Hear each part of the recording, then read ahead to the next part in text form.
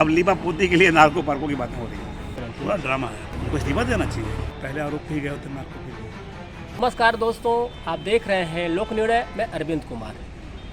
इस समय प्रदेश में एक राजनीतिक जो मुद्दा है, जिसे लेकर प्रदेश में हर तरफ चर्चा हो रही है। मुद्दा यह है कि गदरपुर के विधायक अरविंद पांडे खुद पर लगे आरोपों की जांच के लिए देहरादून पहुंचे और डीजीपी से मांग की उनका नार्को टेस्ट कराया जाए। इस मुद्दे को लेकर तरह तरह की चर्चाएं की जा रही हैं। आइए हम इस मामले में किच्छा के पूर्व विधायक राजेश शुक्ला से मैं बात करूंगा। तीखे सवाल शुक्ला जी लोक निर्णय के साथ। जिस तरह से विधायक ने नार्को टेस्ट की मांग की है, क्या ये वास्तव में राजनीतिक ड्रामा है या इसको सही कदम देखते हैं? देखिए, जो शख्स आज नार्को टैक्स की बात कर रहा है, ये पहले इन पर सीबीआई हुई मूर्ति देवी हत्याकांड में इनके परिवार का आरोप था, इनके आरोप था, और तमाम आरोप अभी इस बीच आरएसएस के परिवार के लोग, बंसल जी के परिवार, ज़मीन के झगड़े, दूसरे तीसरे मामले, 50 मामले इन पर लगते रहे पहले से लेकर आज तक। तो अच्छा तो तब होता कि जब आप पहले आरोप पे ही गए होते नार्को के लिए। अब जब आप पूरी तरह एक्सपोज हो गए चारों तरफ से, 900 चूहे खाने के बाद अब बिल्ली हज को चली है, प्रश्न खड़े होंगे। मेरा ये कहना है कि वैचारिक मैतज्ञ हो सकते हैं, दल के अंदर रहते हुए भी आप कई बार अलग अलग विचार होते हैं, लेकिन उनको प्रकट करने का एक उचित फोरम होता है, उचित मंच होता है। हम में से बहुत से साथी मंत्री पद बनने की योग्यता रखते हैं, नहीं बन पाते हैं। मैं तो 2017 में जब मैंने हरीश रावत जी को हराया था, सभी लोग मांग कर चल रहे थे मैं मंत्री बनूंगा, लेकिन पार्टी को नहीं लगा हुआ, नहीं बनाया। तो मैं तो इतना कुंठित नहीं हो गया कि मैं अपने मुख्यमंत्री पे आरोप लगाने लग जाऊँ उस समय। आप मुख्यमंत्री पे आरोप भी लगा रहे हैं और उसी दल के विधायक बने हुए हैं। अगर आप नैतिकता की बात करते हैं तो पहले तो आपको आरोप लगाने से पहले इस्तीफा देना चाहिए था। तो नैतिकता मीठी मीठी गप और कड़वी कड़वी थू पे नहीं होती है। नैतिकता आपके चरित्र से समान रूप से दिखनी चाहिए। जब इतनी ईमानदारी की आप बात कर रहे थे, तो आप पर जब कोर्ट ने क्या कहा था कि आपने कब्जा कर रखा, खाली कर दीजिए, तब खाली क्यों नहीं किया? क्यों नहीं खाली किया? आज जब आके यहाँ पहुँच गए, लोग नोटिस चिपका दिए, तब आप कह रहे हो तोड़ लो हमारा, कोई बात नहीं। अगर आप इतने नैतिक हो तो जब आप पर विभाग का नोटिस आया होगा, पहले कोर्ट गए, कोर्ट ने माना कि हाँ आपने कब्जा कर रखा है, तो आप आगे आते ना। वो एक वसीम साहब का शेर है कि होते कहीं हो और बताते कहीं हो तुम, इस दर्जा एहतियात से थकते नहीं हो तुम, और जैसा दिखाने की करते हो कोशिशें, मैं और इस क्षेत्र की जनता, गदरपुर और किच्छा की, तराई की और राज्य की खूब जानते हैं कि ऐसे नहीं हो तुम। नहीं, टू द पॉइंट बताइए कि क्या यह कदम जो है सही साबित आप सोच रहे हैं या ये राजनीतिक ड्रामा है? आपको क्या लगता है? आप बताइए। मुझे तो ड्रामा लगता है। मैं तो कह रहा हूँ, अगर वास्तव में नैतिक थे तो तभी करते ना। जब आपको कोर्ट ने कह दिया आपने कब्जा कर रखा, आप तभी खाली कर देते, तब लगता आप नैतिक हैं। या जब आप पर मूर्ति देवी हत्याकांड का आरोप लगा, तब आप छुपते क्यों फिर रहे थे? आप नार्को के लिए सामने आए? तो क्या ये केवल सहानुभूति बटोरने के लिए और अपने झूठ को सच साबित करने का खेल है। क्या स्वयं को निर्दोष साबित करने का यह तरीका सही है? देखिए, हम अपने को निर्दोष साबित करने वाले कौन होते हैं? जब हम पे आरोप लग गया, मुकदमा पंजीकृत हो गया, या हम पर पहले भी आरोप लगे, जांच एजेंसी साबित करेगी ना कि हम निर्दोष हैं। हर आदमी कहता है मैं निर्दोष हूँ, लेकिन जांच एजेंसी साबित करती है कौन दोषी कौन निर्दोष। जब मामला कोर्ट में चला गया, जब मामला पब्लिक डोमेन में आ गया, जब मामला पुलिस में आ गया, जब मामला और संस्थाओं को चला गया, तो उन्हें साबित करने दीजिए। क्या इस मामले को आपने पहले उठाने की कोशिश की थी पार्टी हाईकमान के सामने? नहीं, पार्टी के सामने हम लोग हमेशा कहते रहे। 2022 का जब चुनाव निपटा, तब भी हमने कहा था कि हमारे साथ जो हुआ है उसमें इन लोगों का हाथ है। तथ्यों के साथ कहा था, वो बात मैं पब्लिक में तो नहीं बताऊंगा। पार्टियों का संज्ञान लिया भी होगा। शायद ये भी एक कारण रहा होगा कि जिस वजह से आज कुंठित हो रहे हैं, वो कारण ये भी रहा होगा। क्या स्वयं को निर्दोष साबित करने के लिए कोई और कानून के जो है रास्ते नहीं थे क्या? सिर्फ जो है नार्को टेस्ट की ही मांग करते हैं। मैंने कह दिया, उस एक ही लाइन में बहुत कुछ है। 900 चूहे कहा के बिल्ली हज को चल गया, मतलब समझ जाइए ना। चूहे खाते समय बिल्ली के नार्को टेस्ट नहीं कराया। अच्छा। अब हज जाकर के अपना साबित करना चाहती है कि मैं बहुत बड़ी पुजारी हूँ, मैं बहुत बड़ी धर्मात्मा हूँ, धर्मावलंबी हूँ। लेकिन लोग उसके हज जाने का नाटक भी देख रहे हैं और उसके 900 चूहे खाने के सिलसिले भी देख रहे हैं। नहीं तो क्या ये जो मांग कर रहे हैं नार्को टेस्ट, क्या ये पूरा वास्तव- ड्रामा है। नहीं, क्या ये पारदर्शिता है या पूरा फिर ड्रामा ये है। है दवा बनाने की पूरा रणनीति? ड्रामा है, और रणनीति। पूरा ड्रामा है, लोगों से सिंपैथी लेने का ड्रामा है। क्या ये व्यक्तिगत जो है टकराव है या राजनीतिक नाराजगी? ये केवल आपको नहीं कुंठा है। कुछ लोग कुंठित होते हैं जीवन में।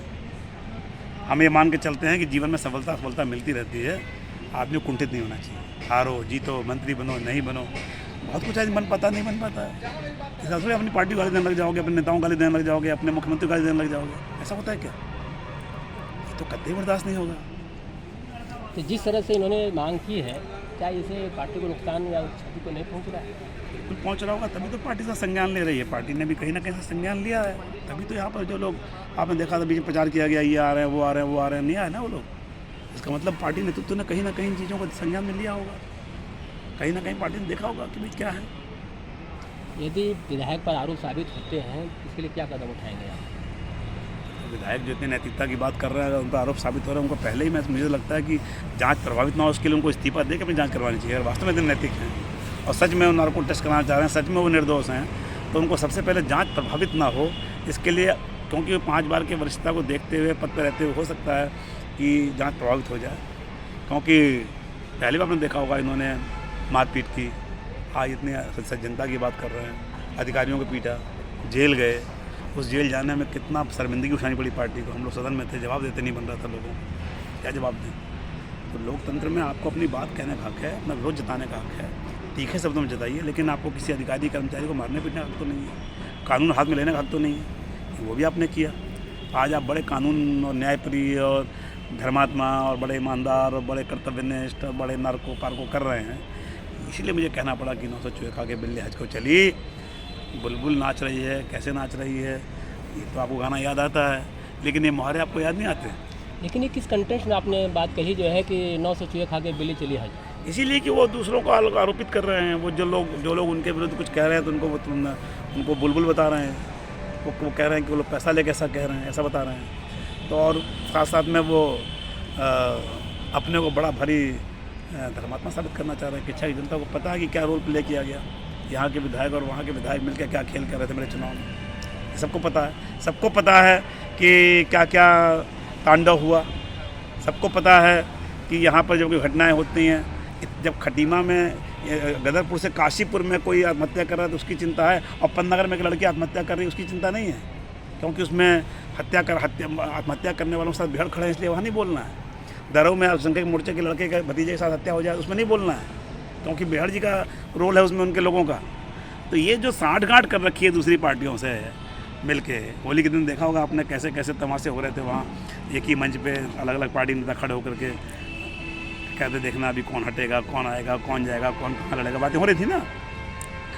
तो ये पूरी तरह एक्सपोज हो चुके हैं लोग। ये लोग जो भारतीय जनता पार्टी की सरकार के खिलाफ षड्यंत्र रचा जिन्होंने 22 में और जो 27 में फिर रचने की तैयारी कर रहे हैं, ऐसे लोग एक्सपोज हो चुके हैं। और इसीलिए अब उस पर जिसने हगने के बाद लीपा जाता है, अब लीपा पोती के लिए नार्को पार्को की बातें हो रही हैं। आपने 2 बार जो है अच्छा से विधायक भी रहे हैं, 10 साल आपने प्रतिनिधि के तौर पर काम किया। क्या कभी आपने इस तरह कभी किसी विधायक को देखा कि बीजेपी सीधे मिलकर के इस तरह का मांग करते हुए? नहीं, मैं तो नहीं देखा। मैं तो तब देखता जब ये विधायक थे और जब इन पर आरोप लगा था उस समय क्यों नहीं गए। जब इनमें मूर्ति देवी की हत्या का लगा तब तो नार्को के लिए नहीं आए। तब क्यों भागे फिर रहे थे कि मुझे बचाओ, कभी राजनाथ सिंह जी के पास, कभी किसी के पास, कभी भगत सिंह कोश्यारी जी के पास कि मुझे किसी तरह CBI से बचाओ। तब ऐसा क्यों कर रहे थे? तब सामने क्यों नहीं आए?